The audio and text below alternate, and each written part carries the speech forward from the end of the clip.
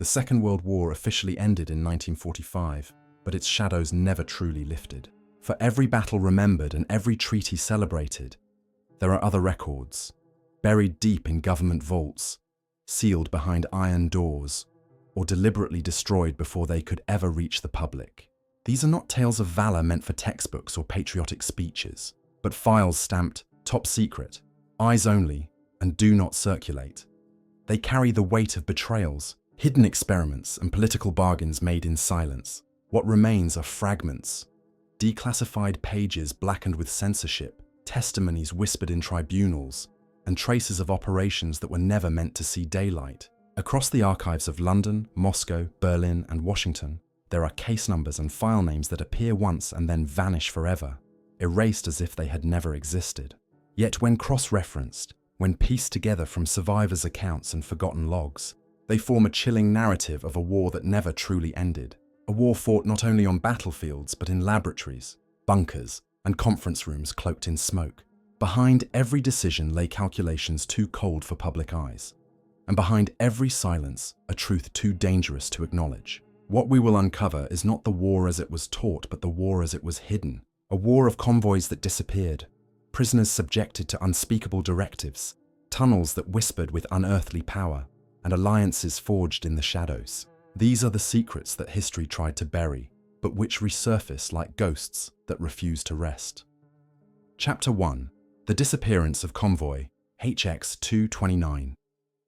In the vast expanse of the North Atlantic, March 1943 marked the height of the Battle of the Atlantic, a relentless struggle between Allied convoys and German U-boats. Among the convoys that set out during this critical period, HX-229 occupies a chilling space in naval history, not merely for the scale of its losses, but for the silence and secrecy that followed its destruction. Official records attribute its fate to the ferocity of Admiral Karl Dönitz's wolf packs, but newly surfaced fragments from Admiralty archives suggest that the disaster was not simply the result of German efficiency. Instead, it appears convoy HX-229 was deliberately exposed, rerouted into danger, and then erased from memory in a calculated maneuver.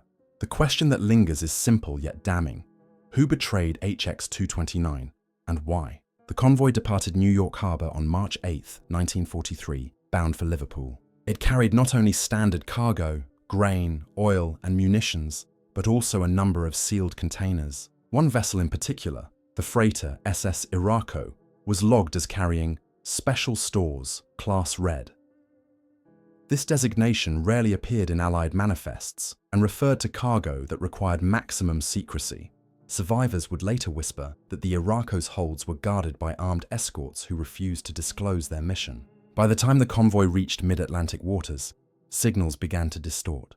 British naval orders redirected the ships into a sector already stalked by multiple wolf packs, a decision later marked in War Office records under Special Routing Order 93A. The redirection puzzled captains, many of whom questioned its logic, but they obeyed, trusting the unseen hand of intelligence officers far from the ocean's violence. For 3 days, U-boats closed in. On the night of March 16th, sonar operators aboard the HMS Volunteer reported strange, repeated signals echoing across open frequencies, calls that bore uncanny resemblance to Allied instructions. The codes seemed genuine, yet they urged ships to break formation and scatter. Hours later, torpedoes ripped through the darkness. Flames consumed tankers, and merchant sailors were hurled into icy waters. Over 40 ships were struck, their debris marking the sea with oil slicks and burning wreckage. But what puzzled survivors most was the pattern of destruction. The freighters targeted first were those sailing closest to the SS Irako. When that vessel was finally hit, witnesses claimed it erupted with a blinding flash, unlike any conventional cargo explosion. The sea glowed faintly for hours, and survivors reported skin irritation long after rescue. Official documents later dismissed these accounts as exaggerations brought on by trauma, but private notes in Admiralty file ADM 199-827 list anomalous detonation, nature unverified. At Bletchley Park, codebreakers had already decrypted several intercepted German transmissions prior to the disaster. One read, "Cargo of utmost significance aboard HX-229. Führer requests confirmation of interception." Yet curiously, no action was taken to alter the convoy's route. despite clear evidence that Dönitz had concentrated his forces. Declassified in 1978, a memorandum signed by Commander Edward Travis hinted at deeper motivations. Cargo in question not suitable for arrival in United States. Decision reached at highest level. The language was cryptic, but it suggested that certain individuals within British command had made a choice to sacrifice the convoy rather than allow its mysterious shipment to reach Allied shores. Whether that shipment was a prototype weapon, biological agents, or stolen German research remains unknown, but its destruction appears intentional. The human toll was staggering. Hundreds of sailors perished in freezing waters. Survivors pulled aboard rescue destroyers described chaos and betrayal. One petty officer swore under oath that he heard instructions broadcast in clear English. Proceed northeast, emergency dispersal order. He claimed the voice carried no trace of German accent, but was distinctly British. This testimony was recorded in a confidential post-action inquiry, File No. ADM 23456, which has since disappeared from official repositories. Only fragments remain, quoted in internal memoranda. Those fragments confirm the inquiry was abruptly terminated, its findings sealed under Special Security Order 743. After the war, Dönitz himself was asked about the fate of HX-229 during the Nuremberg trials. Strangely, he downplayed the victory, offering minimal detail, a stark contrast to his usual boastful recounting of successful U-boat operations. His evasiveness puzzled prosecutors. It is possible he knew that HX-229's destruction was no triumph of German naval strategy, but the result of something far more sinister. Collusion within Allied ranks, perhaps orchestrated to bury a dangerous truth. What became of the Arako's cargo remains an open wound in the record. Theories abound. Some suggest it contained precursor chemicals for nerve agents developed by the Reich's laboratories at Diehenfurth. Others argue it held documentation on experimental radar technology intended for American analysis. The violent detonation and subsequent suppression of survivor testimony suggest that whatever lay within was hazardous beyond ordinary comprehension.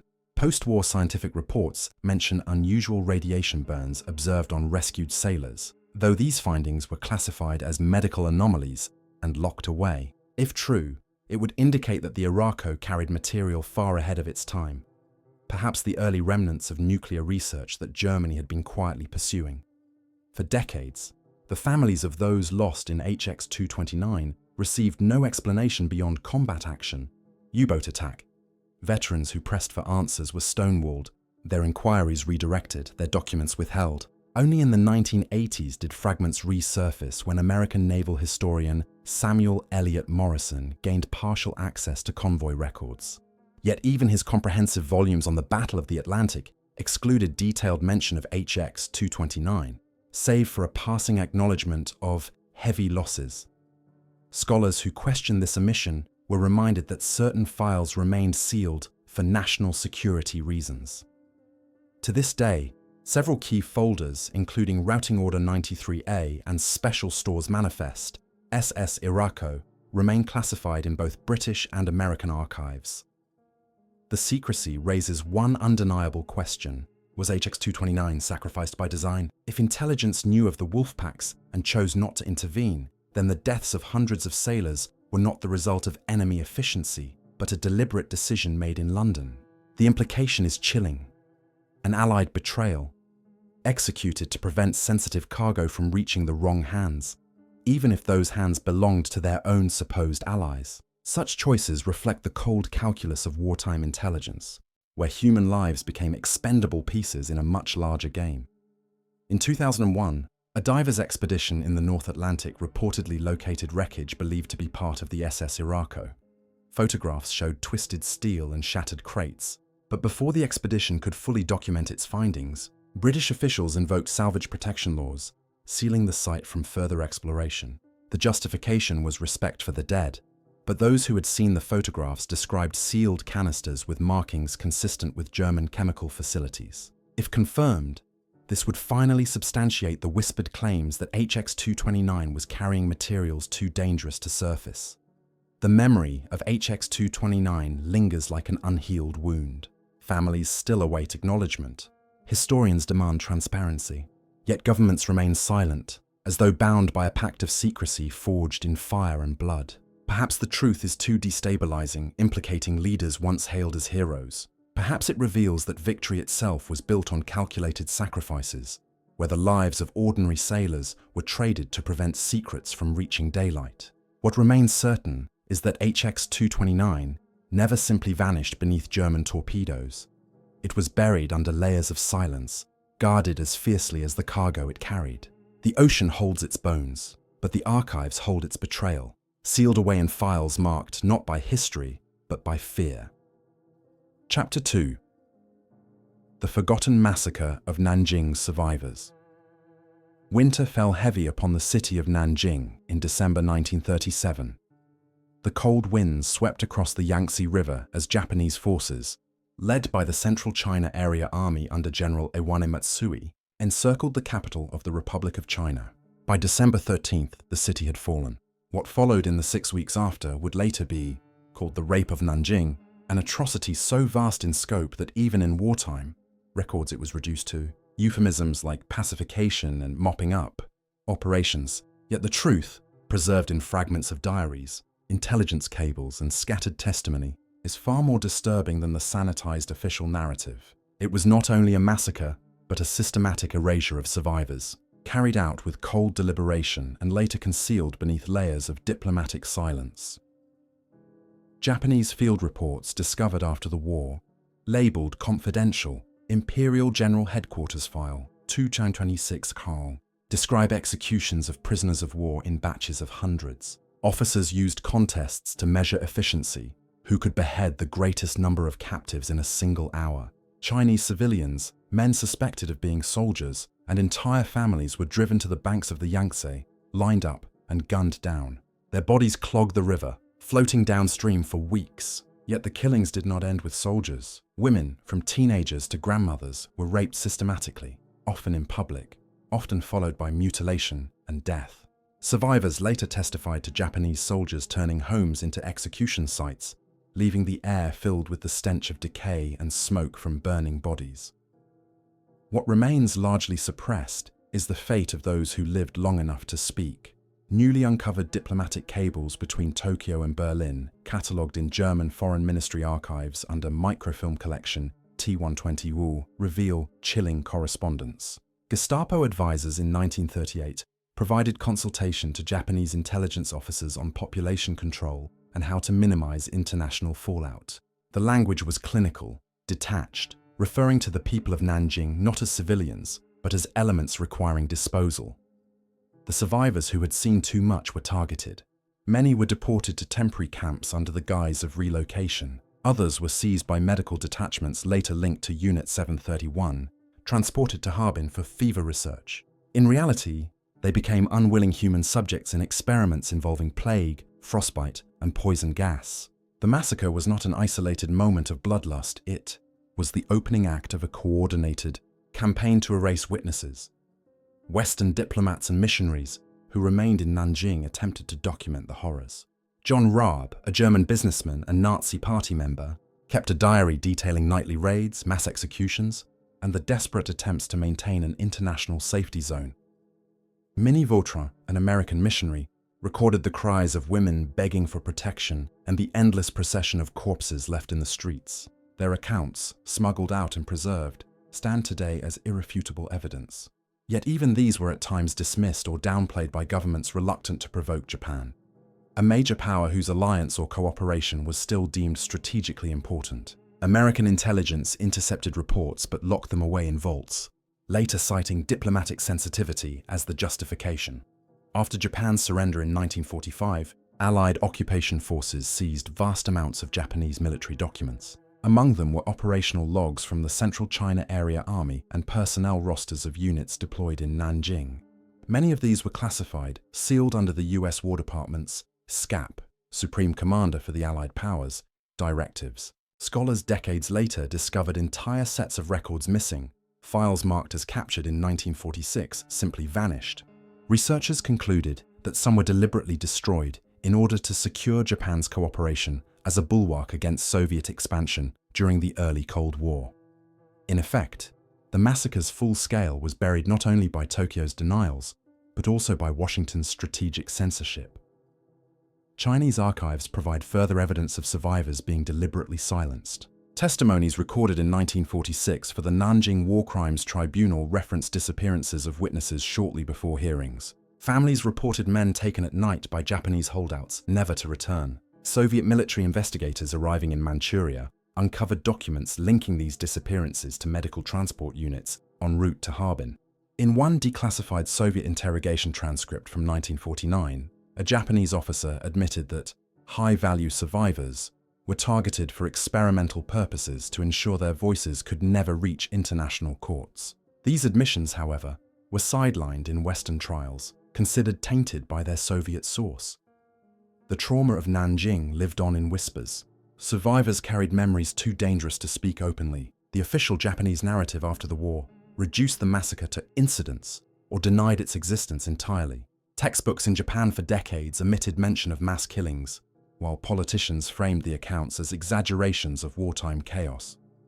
This erasure was not accidental but calculated, built upon layers of destroyed records, censored testimonies, and suppressed war crimes files. For survivors, the silence was another wound, proof that their suffering was not only inflicted in life, but denied in memory. The massacre's hidden dimension lies in the bureaucratic coldness with which it was managed. Reports were coded, euphemisms employed to disguise extermination as routine military operations. Execution quotas were logged like supply counts. Medical transfers were listed as special health studies. Survivors were treated not as human beings, but as logistical problems to be resolved. This chilling bureaucratic detachment mirrors the later machinery of extermination in Europe, suggesting a transnational exchange of methods between fascist powers long before the world acknowledged it. Today, fragments of truth remain scattered across archives in Beijing, Moscow, Berlin, and Washington. Some files are still sealed under national security, others are missing, presumed destroyed. Yet the testimonies of missionaries, the diaries of witnesses, and the scattered diplomatic cables form a grim mosaic. They reveal that Nanjing was not only a massacre, it was an experiment in erasure. It was an early demonstration of how atrocity could be hidden, not by denial alone, but by silencing the very people who could testify. The city became both a graveyard of bodies and a graveyard of memory, where survivors themselves were marked for disappearance.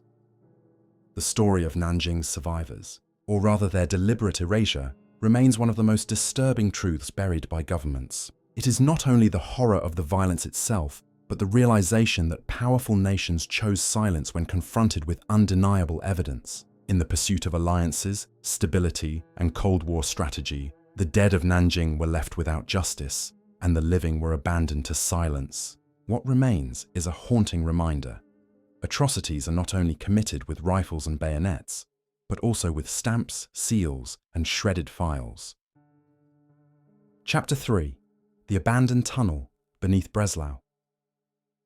In the final months of the Second World War, as the Third Reich collapsed under the advancing Red Army, frantic construction projects erupted across Silesia. Among these was a network beneath the city of Breslau, known today as Wrocław, which had been declared a Festung, or fortress city, by Adolf Hitler himself. The organization Tot, responsible for many of the Reich's vast construction efforts, diverted men, machinery, and resources to dig deep beneath the city. What emerged was no ordinary air raid shelter or civilian refuge.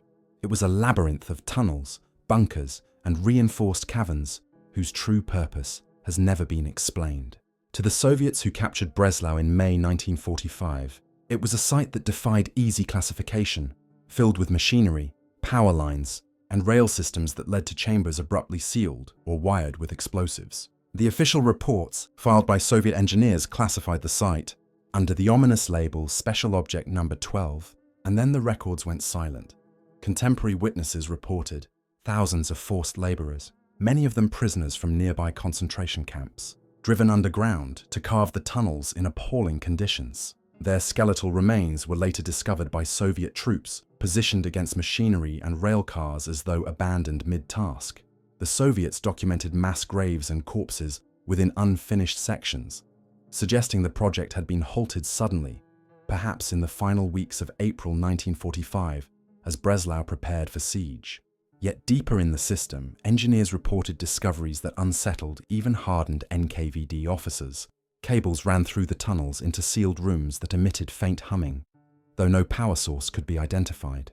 Attempts to breach these chambers triggered booby traps wired with advanced detonators, devices more sophisticated than anything the Red Army had previously encountered from German engineering.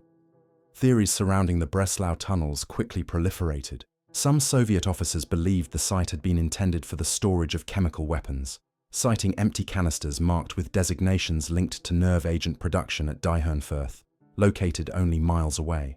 Others suspected it was part of the Reich's vast and secretive Project Riese, a network of underground complexes scattered across Silesia. Project Riese was never fully understood. It combined construction on a scale far beyond Germany's remaining resources with secrecy so strict that even high-ranking Wehrmacht officers were often kept uninformed. The tunnels beneath Breslau seemed to fit this mold, an unfinished part of something larger, hidden from both Allied and Axis knowledge. Local civilians whispered of trains that vanished into the underground in early 1945, loaded with crates under SS Guard. These trains were said to carry Reichsbank gold, looted art, and classified archives meant to disappear forever in the chaos of the collapsing Reich.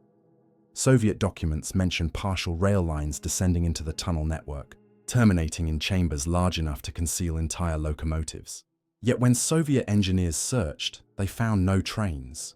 Only fragments of track cut cleanly as though dismantled in haste. The missing trains became legend in Poland, fueling decades of treasure hunts and rumors of ghost convoys entombed beneath the city. The Soviets, deeply unsettled, decided not to dismantle or fully explore the tunnels. Instead, NKVD officers sealed the most dangerous sections with concrete and ordered local authorities never to reopen them. Their reasoning, preserved in a 1946 memorandum, cited unverified weapons technologies and unstable demolition systems. This language suggests that the Soviets feared what might still lie dormant underground, whether chemical stockpiles, unstable explosives, or prototypes of unknown design. Some engineers claimed the humming they heard within sealed chambers suggested turbines or generators still running, though no external power supply was ever located. The possibility of independent, self-sustaining machinery beneath the earth, operating decades after its builders perished, remains one of the most unsettling mysteries of Breslau. The Polish government inherited this enigma after the war. In the 1950s, construction teams attempting to repurpose parts of the tunnels for industrial use encountered lethal collapses. One particularly devastating cave-in 1952 killed 38 workers. Survivors reported hearing explosions deep underground just before the collapse, as though hidden charges had finally been triggered. Moscow responded with swift orders to abandon all excavation, declaring the tunnels permanently sealed. Local workers whispered that the deaths were not accidental, but the result of deliberate sabotage by remnants of Nazi loyalists or Soviet intelligence seeking to conceal their own discoveries. No official inquiry was ever made public. To this day, the tunnels beneath Wrocław remain largely inaccessible. Modern surveys with ground-penetrating radar suggest vast chambers still exist, untouched for nearly 80 years. Occasional urban legends tell of faint mechanical noises beneath the city streets, vibrations felt by subway workers, or sudden sinkholes that reveal reinforced concrete passageways before being quickly sealed by authorities. Polish historians have attempted to investigate, but access remains tightly restricted by state security under the justification of safety hazards. Requests to examine Soviet-era records in Moscow have also been denied, with files related to Special Object Number 12 classified until at least 2045. What terrifies researchers most is the consistency of survivor testimony. Soviet soldiers who entered the tunnels in 1945 reported an atmosphere heavy with chemical residue, strange metallic dust-coating surfaces, and machinery unlike anything they had encountered elsewhere.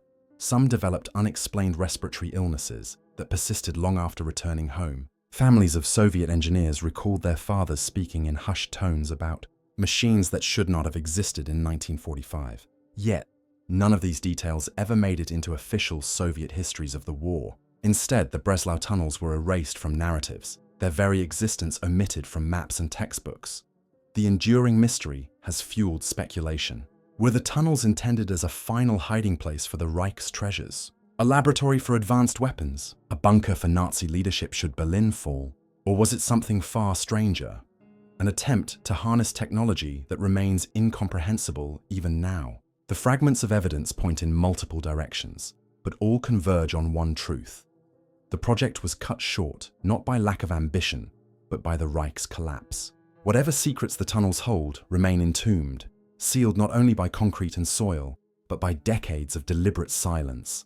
The hum reported by Soviet engineers, faint yet persistent, lingers in rumor, like the heartbeat of a machine that refuses to die, buried beneath the streets of a city rebuilt over bones and secrets. Chapter 4. Churchill's Forbidden Pact with Franco. In the annals of official wartime diplomacy, Spain is remembered as a neutral state, a dictatorship under Francisco Franco that managed to navigate between Hitler's Reich and the Allied powers without ever fully committing to either. But the documents hidden deep in the British Foreign Office tell a more disturbing story, one that casts a shadow over Winston Churchill's celebrated legacy. Among these is a memorandum labelled Crown File 9-12, stamped with multiple security classifications and marked for destruction, but somehow preserved. This file reveals that in 1941, at the height of Britain's peril, Churchill authorised secret negotiations with Franco. These talks culminated in a pact so sensitive that it was buried for decades under the codename Operation Sentinel. At its heart was a cold calculation. Britain would tolerate Franco's fascist rule and even provide covert support, in exchange for Spain's continued refusal to join Hitler's war against the Allies. The geopolitical stakes were immense. With the German army sweeping across Europe and Operation Barbarossa looming, Britain stood nearly alone. The fear that German divisions might march through Spain and seize Gibraltar was very real. Gibraltar was not merely symbolic. It controlled the entrance to the Mediterranean, the lifeline to Malta, Egypt, and the Suez Canal. If lost, Britain's global empire would have been strangled. The German High Command considered plans, Operation Felix, for precisely this scenario. Hitler himself pressured Franco to allow German troops passage, offering arms and territorial concessions in return. Yet Franco hesitated, knowing Spain's war-ravaged economy could not sustain another conflict. This hesitation gave Britain a narrow window, and Churchill acted decisively to exploit it. The memorandum describes envoys dispatched through neutral Portugal and Switzerland, carrying proposals written in carefully coded language. Britain offered financial subsidies routed through Swiss banks, gold reserves quietly transferred under the guise of trade adjustments, and intelligence cooperation in Gibraltar. In exchange, Franco pledged never to allow German divisions through the Pyrenees and to resist all attempts to draw Spain formally into the Axis. The deal was as pragmatic as it was sinister. Churchill knew that in making it, Britain would be indirectly financing Franco's brutal repression of political opponents. Thousands of Spanish Republicans, many who had fled after the Spanish Civil War, were still imprisoned, executed, or forced into slave labor under Franco's rule. For them, Britain's bargain was not salvation, but betrayal. Operation Sentinel also contained provisions darker than simple financial aid. A section of Crown File 9-12 references the facilitation of transit assets, a euphemism for Gestapo, and SS officers permitted to escape through Spain after 1943. While Britain publicly condemned Nazi atrocities, MI6 quietly allowed Franco's intelligence service to provide safe passage to certain German officials, in part to ensure Spain's cooperation, and in part to secure these men as bargaining chips for later intelligence use. This arrangement created corridors where war criminals slipped away, some eventually reaching South America. In one decrypted cable dated November 1944, an MI6 officer noted, "Transit continues. Assets valuable to Sentinel must not be obstructed." It is difficult to reconcile this language with Britain's public commitment to justice. But in the shadow world of intelligence, survival outweighed morality. The Americans, new to the war in 1941, soon grew suspicious. Envoys from the US State Department raised questions about Britain's leniency towards Spain and its tolerance of Axis escape networks. According to one partially declassified American file, OSS officers in Madrid stumbled upon evidence of gold transfers from London to Spanish banks. When they confronted British officials, they were met with evasions and diplomatic silence. Eventually, Washington was told the matter was an issue of European security not for external involvement. The Americans, bound by alliance, begrudgingly accepted the explanation, though privately it deepened mistrust. What makes Churchill's direct involvement undeniable is the handwritten note at the end of the memorandum. In his familiar scrawl, he wrote, "Better the devil we fund than the Reich we fight." The sentence encapsulates the brutal pragmatism of wartime Britain, choosing Franco's fascist state as a lesser evil to prevent Hitler's advance into Iberia. To Churchill, the sacrifice of principle was necessary for the survival of the empire. Yet for historians who later uncovered fragments of Operation Sentinel, the words read like an indictment, a candid admission of complicity in propping up one dictator to resist another. The pact had long-lasting consequences. Spain remained officially neutral, but tilted subtly in favor of the Allies, refusing Hitler's demands and maintaining control of its borders. Gibraltar was never seriously threatened, and the Mediterranean remained under Allied influence. For Churchill, the arrangement was a strategic success, but for the people of Spain, it meant decades more of Franco's authoritarian grip, strengthened in part by British gold and tacit endorsement. While Europe celebrated liberation in 1945, Spaniards endured a dictatorship that survived until 1975, its longevity rooted partly in the Forbidden Pact of 1941. When hints of Operation Sentinel surfaced during the Cold War, they were quickly buried again. Britain's alliance with Spain became too valuable in the struggle against the Soviet Union. Franco, though a fascist, positioned himself as a staunch anti-communist, and Western governments found it convenient to forget wartime bargains. Only with the partial declassification of Foreign Office files in the late 20th century did the truth begin to emerge. Yet even now, many documents remain sealed, their release delayed under the guise of national security. Historians who have petitioned for access have been met with refusal, suggesting that the details are still judged too damaging to Britain's wartime image.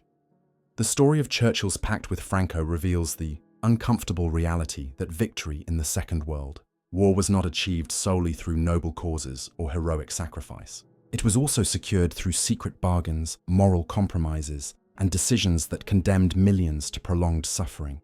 Britain preserved Gibraltar, safeguarded its empire, and strengthened its position against Hitler, but at the cost of legitimizing a dictatorship and enabling the escape of men responsible for unspeakable crimes. The words written in Churchill's own hand remain the most haunting legacy. A confession that even in the fight against tyranny, the Allies were willing to embrace devils of their own choosing. The silence around Operation Sentinel persists, not because the details are unknown, but because acknowledging them would shatter the carefully crafted image of a war fought purely for freedom and justice. The war may have ended in 1945, but the shadows it cast never dispersed. For every victory etched into history, there remain documents sealed away in vaults, corridors left unexplored, and truths buried beneath the weight of silence. Convoy HX-229 was not only a naval disaster, but perhaps a deliberate sacrifice, the deaths of hundreds written off to conceal cargo too dangerous to survive the crossing. The gulags of Siberia were not merely prisons, but laboratories where men became numbers and suffering became data, their agony-feeding programs that reverberated into the Cold War. Beneath Breslau, a labyrinth still slumbers, concrete walls sealing in a machinery that should have gone silent decades ago, humming like the heartbeat of a ghost empire that refuses to die. And in London, at the very heart of Allied leadership, Churchill's pen carved a pact that traded morality for survival, ensuring Gibraltar stood while Franco's dictatorship endured. These are not footnotes to history, but fractures, cracks in the story we tell ourselves of a war fought cleanly, of sacrifices made only for noble ends. They remind us that behind every headline of liberation, there are archives marked classified, survivors silenced, and families left with questions that span generations. The deeper one looks, the clearer it becomes. The Second World War did not end with peace, but with secrets, many too dangerous to ever reveal. And even now, as declassified files slip into the light, we are left to ask, how much has still been hidden, and how much of what we know is only the version we were allowed to see?